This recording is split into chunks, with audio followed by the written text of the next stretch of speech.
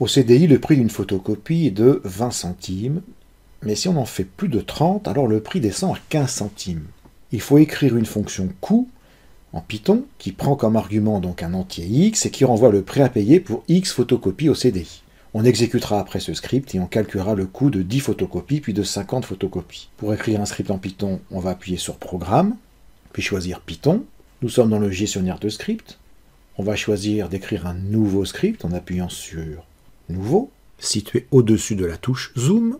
Appelons ce script CDI et on valide en appuyant sur OK.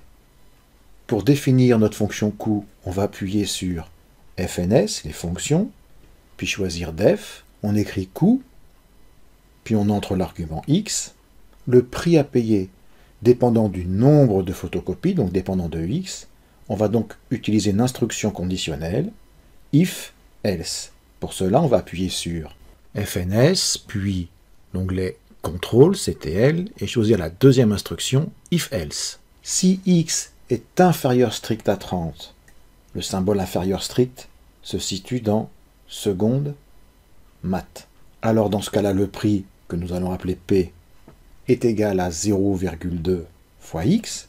Le symbole égal est accessible en appuyant sur la touche STO.